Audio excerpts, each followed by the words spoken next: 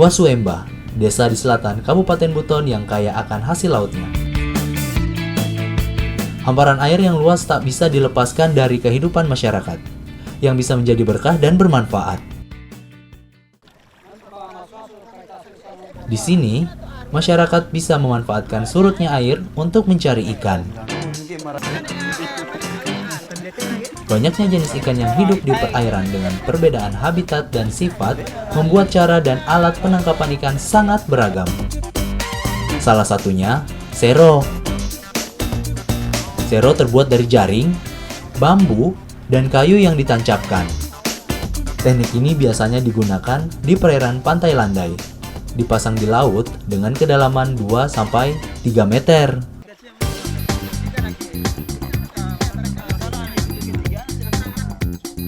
Sero umumnya terdiri dari 4 bagian, yaitu pintu atau lidah, sayap, badan, dan ruangan utama.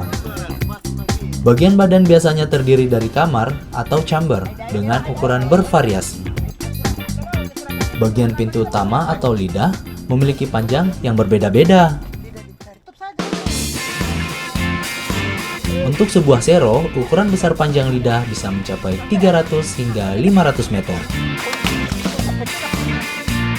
Cara kerja sero mengandalkan sifat ikan yang umumnya suka berenang menyusuri pantai.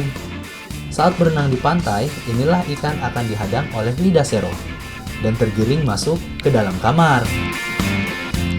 Ikan yang telah masuk ke dalam mengalami kesulitan untuk keluar dan akhirnya terperangkap di dalam sero. Ikannya pun sangat beragam dan berukuran dari yang kecil hingga besar.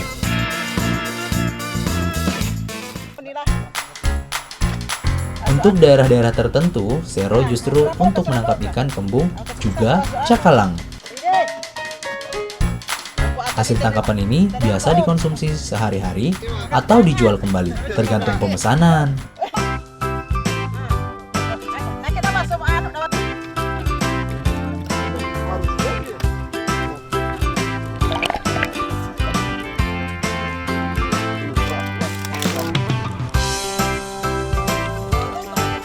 Nah, kalau ini mau aku bawa ke desa untuk diolah jadi santapan nanti.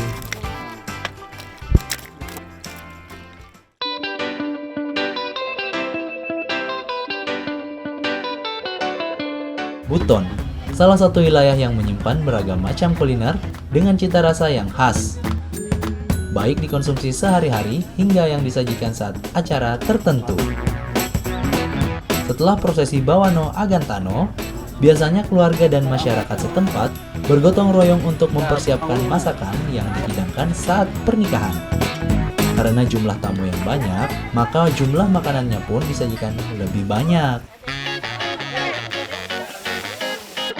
Kalau bicara tentang kekompakan, masyarakat di sini memang juara. Menu masakan kali ini ada wajik, ikan, daging, dan masih banyak lainnya.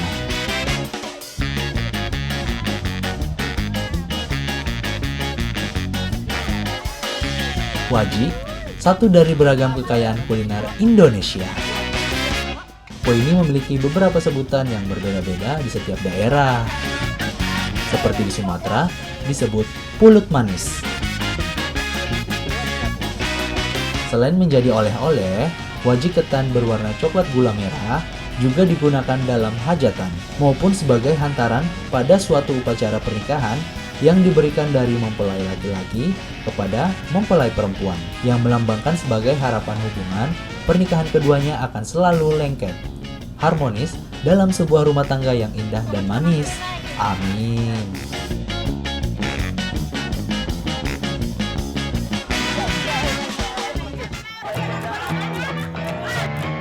Di daerah Jawa, kue wajik biasanya selalu disajikan di berbagai ritual adat dan syukuran, seperti sedekah bumi atau sedekah laut. Meski bahannya sederhana dan mudah didapatkan, tapi untuk menghasilkan seloyang kue wajik ketan yang enak, legit, lembut, ini butuh kalian khusus loh. Nggak sembarang orang bisa berhasil membuatnya. Selain wajik, ada menu lainnya yang nanti dihidangkan saat acara pernikahan. Bagi masyarakat Waswemba, rasanya kurang kalau sehari tidak mengkonsumsi ikan. Jadi, tak heran kalau ikan juga jadi menu utama. Semua masakan tentunya diracik dengan bumbu khas dengan memadukan beragam rempah-rempah tanpa campuran zat kimia apapun. Wah, pantas saja ya. Masyarakat di sini sehat semua toh? Nah, aku sama mama-mama mau coba mengolah makanan yang digemari di sini, yaitu tuli-tuli, lapa-lapa, dan agar-agar. Tuli-tuli dari namanya bukanlah suatu sebutan kepada seseorang akibat gangguan pendengaran ya teman, melainkan salah satu gorengan yang rasanya sangat enak toh.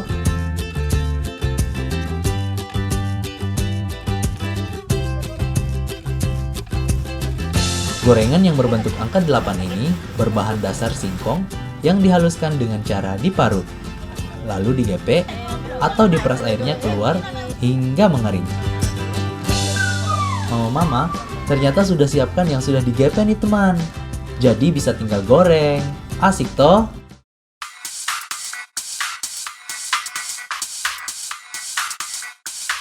Untuk bisa dibentuk angka 8 dengan bagus, singkongnya harus dicampur air mendidih dulu teman, hingga berbentuk menjadi adonan yang lebih lengket. Kalau tidak, hasilnya bisa kurang bagus dan bisa hancur. Angka 8 sendiri hadir dari kreativitas masyarakat sendiri. Oh iya, tuli-tuli juga jadi makanan favorit bagi penduduk Pulau Buton karena rasanya yang gurih dan tidak asam. Biasanya, gorengan tuli-tuli dinikmati dengan sambal goreng.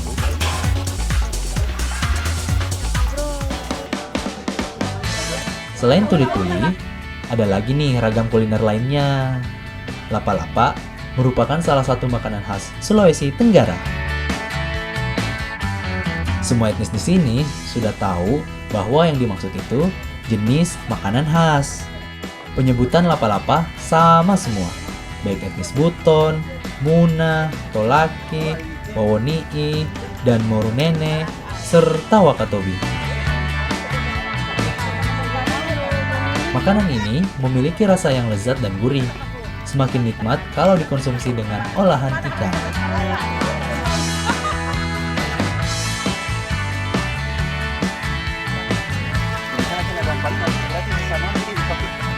Di Jawa, kuliner ini dikenal dengan lepat atau lepet.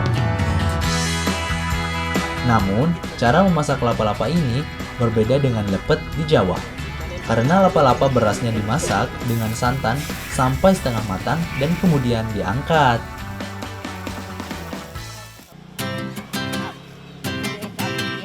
Setelah itu, lapa-lapa didinginkan dan dibungkus dengan bale atau janur.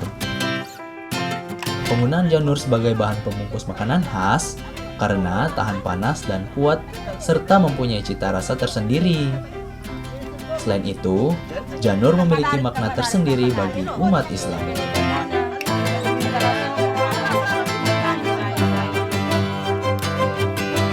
Janur kependekan dari kata Jatiningur, yang artinya hati nurani. Isi beras dalam janur menandakan nafsu duniawi, jadi dapat diartikan sebagai simbol nafsu duniawi yang dibungkus hati nurani. Dan bisa berfungsi untuk menunjukkan identitas budaya pesisir yang banyak ditumbuhi pohon kelapa.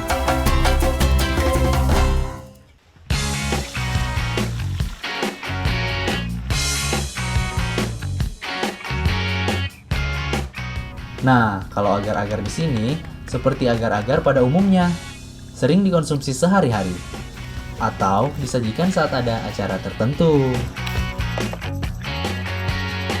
Agar-agar ditemukan sejak 350 tahun yang lalu. Awalnya, agar-agar amat populer di Jepang. Pada masa itu, seorang utusan dari Cina pada masa dinasti Tang membawa agar-agar ke Jepang. Zaman dulu, agar-agar dibuat dengan peralatan tradisional dengan mengeringkan agar-agar yang sudah dicetak lewat bantuan sinar matahari. Agar-agar yang sudah berbentuk batangan dapat dimanfaatkan penggunaannya dalam waktu yang lebih lama sehingga bisa disimpan. Di Indonesia sendiri, agar-agar mulai dikenal pasar sejak tahun 1971. Wah, sudah lama juga ya teman. Sampai saat ini keberadaannya eksis digunakan sebagai makanan pencuci mulut dengan varian rasa.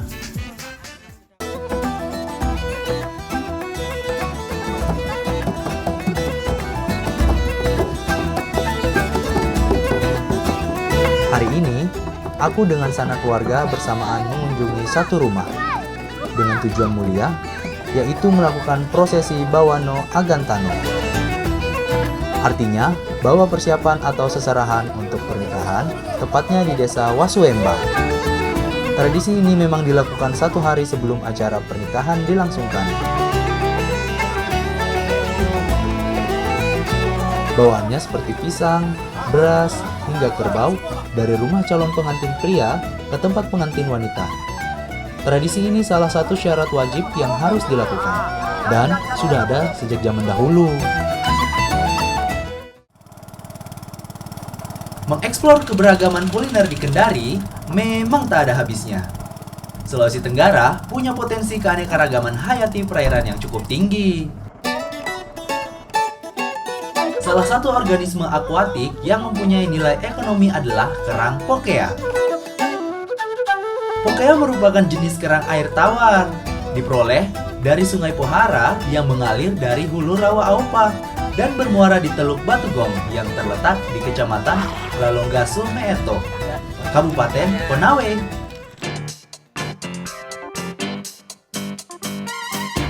Kerang-kerangan salah satu sumber protein hewani utama dan keberadaannya sangat penting karena memberikan jumlah protein yang baik dengan nilai biologi tinggi.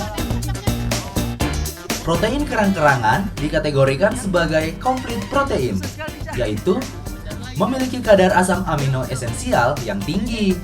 Selain itu, kerang-kerangan makanan sumber vitamin larut lemak dan air, serta sumber utama mineral yang dibutuhkan tubuh. Susah paling kita cari pokoknya di sini nih. Iya, sekali. Harus kita menyelam dulu. Iya. Baru dalamnya lagi. Astaga, saya saja baru pertama ini. Susah paling. Iya.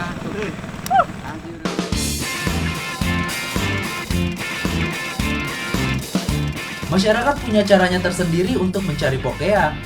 Kalau aku ini hanya menggunakan sampan dan turun langsung deh ke sungai. Mengandalkan kaki untuk meraba bagian dasar sungai tempat pokea berada.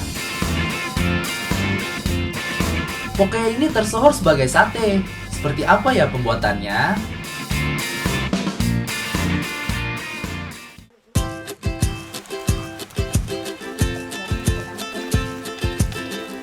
Bisa bantu buka Tante? Boleh. Sate. Siapa yang tidak menyukai makanan satu ini? Nyatanya sate sudah ada sejak zaman sebelum Masehi. Seperti sate pada umumnya, sate ini disajikan dengan bumbu kacang. Coba nah Tante.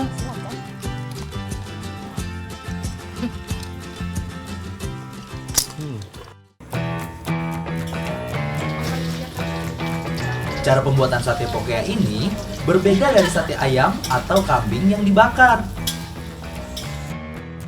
Cara membuat sate pokea adalah dengan cara digoreng, lalu disiram bumbu kacang. Pokea sendiri sudah ada sejak tahun 1989 silam.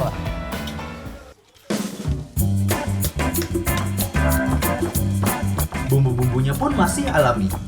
Begitupun dengan cara pembuatannya yang masih tradisional, tapi tidak mengurangi kelezatan bumbu kacangnya.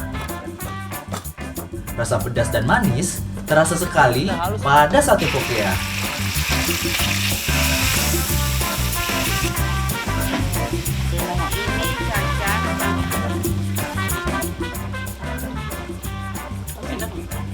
Tante masak nih, Masak nih. Harus. Ayo. Habis ini dia apa lagi Tante? Bumbunya sudah masak, Hah? satenya pokoknya kita tusuk. Oh, beli tusuk lagi Iya. nih. Tapi harum gitu. Lumayan. Begini Mi. Iya. Karena rasanya yang enak, tak jarang masyarakat membuatnya untuk dijual kembali atau dikonsumsi sehari-hari. Bumbu begini berbumbu. Bagaimana itu Tante? Dalam acara-acara besar, pokoknya juga turut hadir sebagai makanan pelengkap loh. Orang beli sate cuma mereka suka bumbunya. Bicara tentang sate pokea, tak bisa dilepaskan dari gogos sebagai makanan pendampingnya. Yaitu ketan yang dibakar yang dibungkus daun pisang berbentuk bulat, panjang seperti lemper.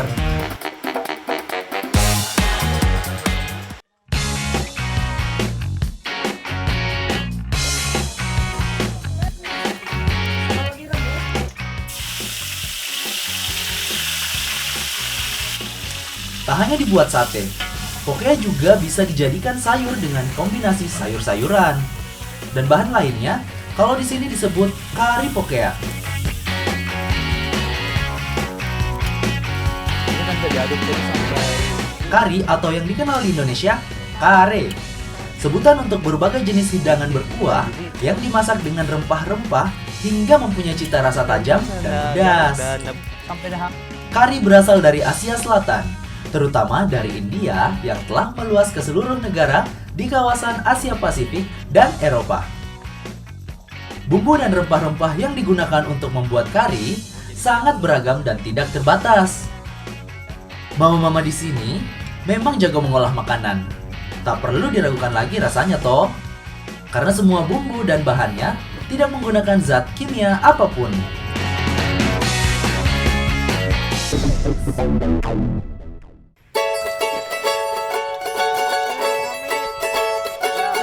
Sebagai negara maritim, Indonesia mempunyai potensi yang besar dalam perikanan, baik perikanan air tawar, air payau, maupun air laut.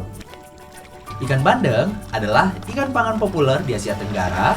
Ikan ini merupakan satu-satunya spesies yang masih ada dalam suku Canidae.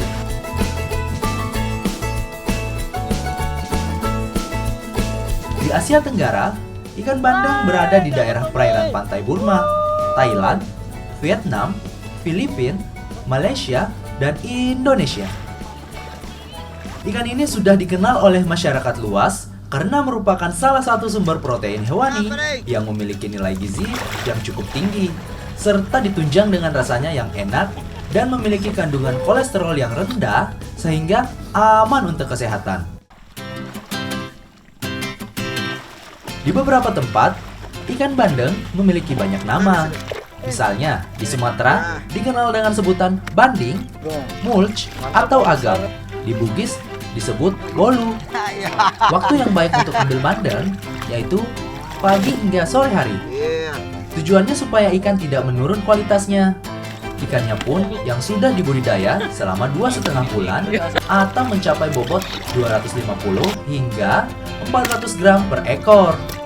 Ayo teman, kita olah dulu ikan bandengnya.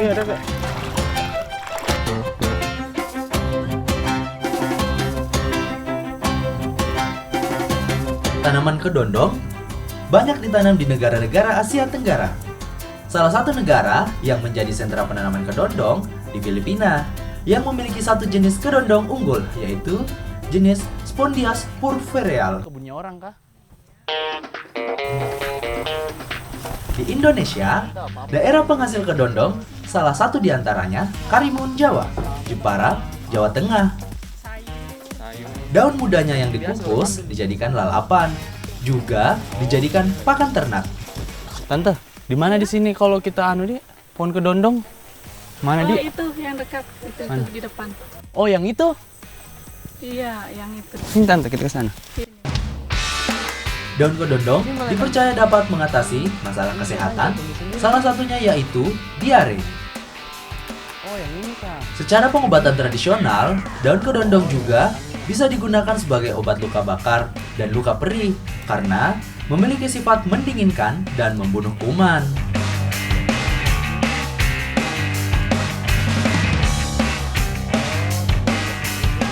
Terlepas dari manfaat daun kedondong sebagai obat, masyarakat di sini seringkali menggunakan daun kedondong hutan untuk campuran atau bahan makanan, yaitu perasa asam. Ini kah? Daun buah kedondong juga bisa dimanfaatkan sebagai sayur kuah sup. Daun ini terasa lembut dan tidak keras ketika dimasak, seperti kangkung atau daun belinjo. Kita coba saja teman, seperti yang mau aku masak nanti. Cukup nih kayaknya, di tante banyak nih, Di. Oh iya sudah cukup nih, banyak ini. Kita pulang balik tante. Ya oke, di sini kita Ayo pulang. tante. Kita duluan.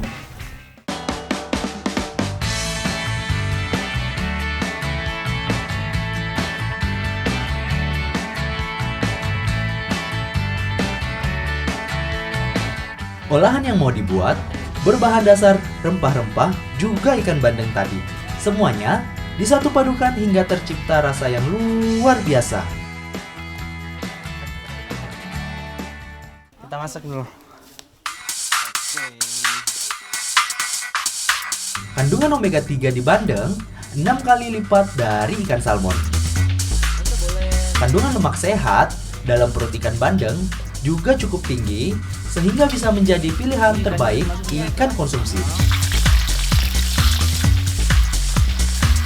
Ikan yang juga disebut dengan milkfish ini lebih disukai karena tidak terlalu amis, lezat, tidak asin seperti ikan lainnya, dan tidak mudah rusak saat dimasak. Protein ikan bandeng cukup tinggi, makanya ikan bandeng sangat mudah dicerna serta sangat baik untuk dikonsumsi oleh semua usia dalam mencukupi kebutuhan protein tubuh, menjaga dan memelihara kesehatan, serta mencegah penyakit akibat kekurangan zat gizi mikro. Ikan bandeng termasuk ikan yang rendah kolesterol. Nah, di zaman sekarang ini, bandeng biasa diolah menjadi presto. Kalau aku sih, kuah asam juga sudah cukup, ditambah rasa asam-asam kecut dari daun kedondong.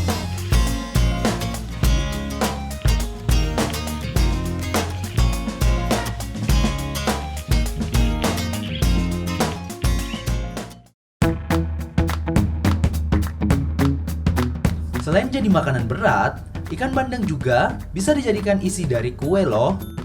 Kayak ini, kue dadar gulung. Ikan bandeng yang sudah direbus harus dilepaskan dulu duri-durinya.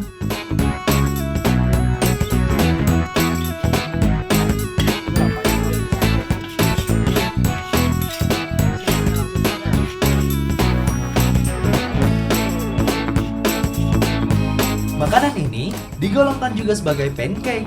Yang jadi ciri khas, biasanya makanan tradisional khas Indonesia ini diisi dengan parutan kelapa yang dicampur dengan gula Jawa cair atau disebut unti.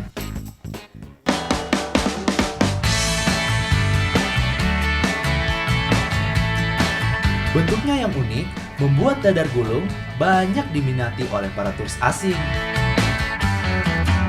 Saat ini, kue dadar gulung sendiri seringkali ditemukan di berbagai acara-acara seperti arisan, pertemuan keluarga, akikah, dan tentunya sudah berkembang menjadi variasi macam rasanya.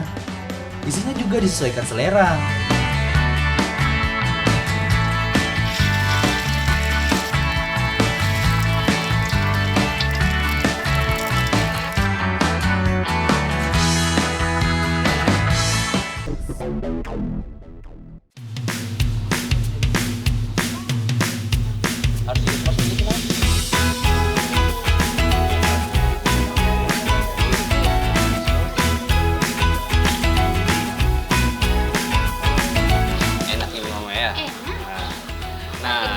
Sekarang saya sedang bantu-bantu masak untuk harwa. Biasanya masyarakat sini menyebutnya dengan maca. Maca mama ya. Iya, maca. Di sini banyak sekali makanan, ada waji, ada cucur, ada lapa-lapa juga mama ya. Dan sekarang saya ada onde-onde juga. Wih, dan saya sekarang lagi bantu mama buat masak waji nih.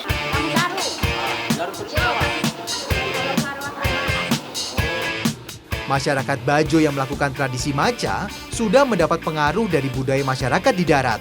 Makanya, makanannya juga hampir sama dengan yang ada di daratan Buton. Sebut saja kue cucur, wajik, dan lapa-lapa yang selalu menyertai dalam setiap acara harua di daratan Buton. Harus semua. Nah, jadi kalau misalnya kita bikin wajih itu harus diaduk terus. Karena kalau misalnya didiamkan, nanti hangus mama ya wajihnya ya.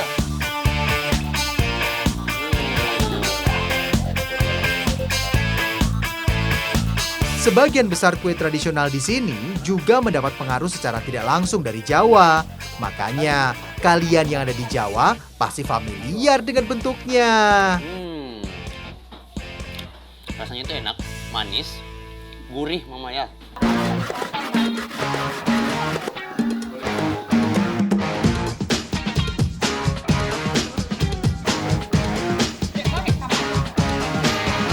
Lapa-lapa ini juga mirip jajanan di Jawa, Mi. Mama kenapa saya ada begini mama? Soalnya keluar. Ih, salah ini mama. kecil. Nah, lihat punya saya nih. Jadi kalau mama dia bentuknya lonjong bagus ya mama. Terbentuk dia kayak gini nih. Kalau saya bentuknya kayak begini, pipi. Terus keluar lagi di ujungnya. Rusak. Lapa-lapa serupa lepet. Sama-sama berbahan ketan dan dibungkus daun pisang.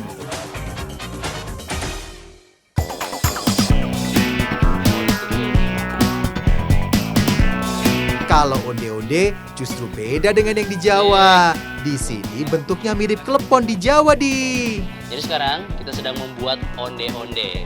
Orang sini biasanya menyebutnya onde-onde, tapi kalau di Jawa sana biasanya disebut dengan klepon.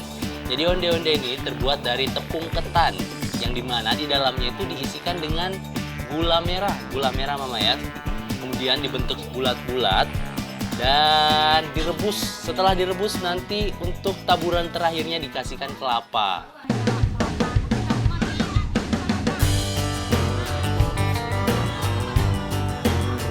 Sip, seluruh keperluan Harua Maca sudah selesai, Mi. Saatnya tradisi Maca dimulai.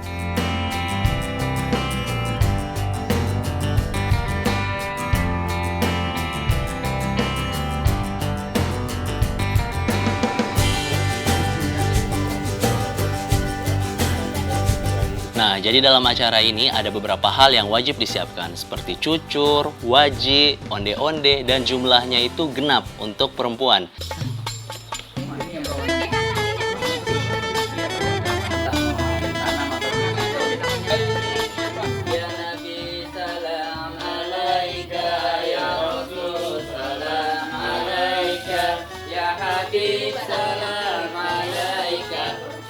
Maca hasil akulturasi antara adat dan budaya Bajo dengan agama Islam.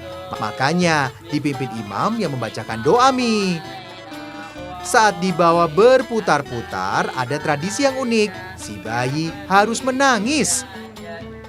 Yang digendong juga ada syaratnya. Harus berlawanan jenis kelamin dengan si bayi. Karena si bayi perempuan, makanya saya bisa gendong, Mi. Satu lagi, yang menggendong harus memiliki dua orang tua yang lengkap dan masih hidup, Mi.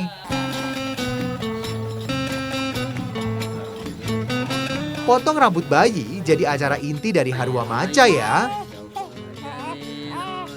Setelah selesai diputar, rambut bayi akan dipotong oleh imam dan beberapa keluarga terdekat. Kemudian potongan rambutnya dimasukkan ke dalam kelapa muda dan dibiarkan sampai mengering. Cara membuka kelapanya tidak boleh sembarangan, Mi. Harus nangis. Kalau perempuan, irisannya harus membentuk bintang genap. Yang ini jumlahnya 6, teman. Sebaliknya, untuk laki-laki, jumlah kaki bintangnya harus ganjil. Setelah semua prosesi selesai, kelapa berisi rambut bisa dihanyutkan ke laut atau ditaruh di atas rumah. Nah, karena adik bayi ini perempuan, keluarga lebih memilih diletakkan di atas rumah.